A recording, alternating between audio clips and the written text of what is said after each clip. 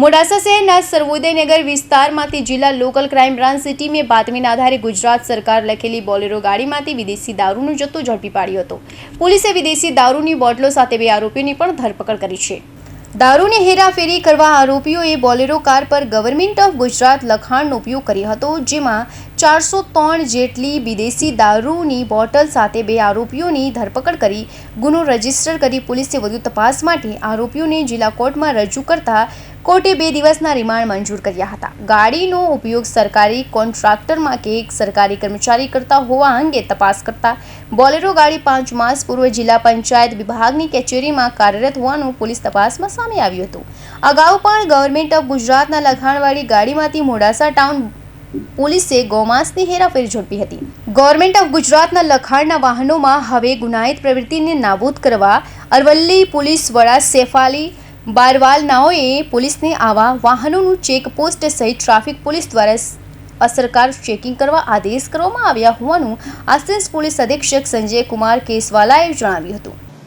ગત 8 એપ્રિલ 2025ના રોજ રાત્રે લગભગ 12 વાગ્યાના સુમારે લોકલ એલસીબી પીઆઈસીને ખાનગી બાતમી માહિતી મળેલી કે એક ગાડી છે બોલેરો ગાડી, એમાં ગેરકાયદેસર રીતે વિદેશી દારૂ છે એ ભરી અને મોડાસા ટાઉનમાં લઈ જઈ રહેલ છે।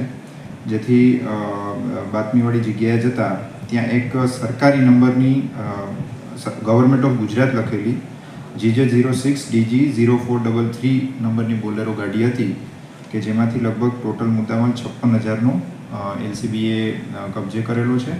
એ આરોપી જે ડ્રાઈવર છે એને પણ અરેસ્ટ કરી અને આગળની જે તપાસ છે એ હાલમાં ચાલુ છે।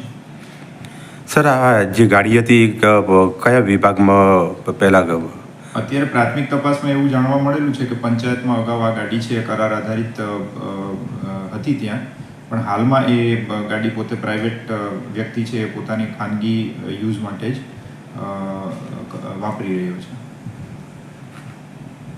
ટાઉનપુર। અને અગાઉ પણ ટાઉનમાં પણ આ જ રીતે ગવર્મેન્ટ ઓફ ગુજરાત લગેલી ગાડી હતી જેમાં ગૌમાંસ જે છે એનો કેસ થયેલો હતો। એટલે જે જિલ્લાની તમામ ચેકપોસ્ટો છે અને જે ટ્રાફિકમાં કામ કરતા પોલીસ જવાનો છે એમને પણ સૂચના આપવામાં આવેલી છે કે આવી કોઈ પણ ગવર્મેન્ટ ઓફ ગુજરાત લખેલી ગાડી હોય એને ખૂબ જ સખ્તાઈથી ચેક કરવી।